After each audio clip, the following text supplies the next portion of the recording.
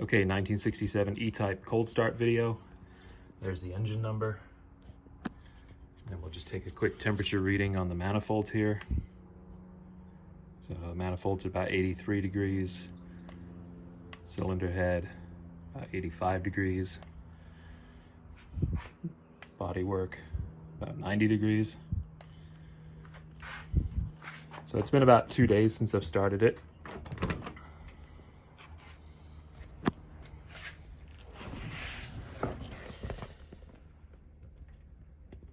Ignition on, choke light works, everything works in this car. Make sure it's in neutral.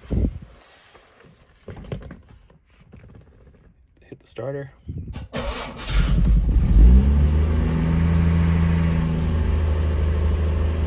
And the oil pressure comes right up to about 50 psi.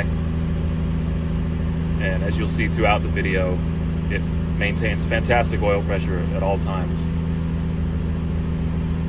Charging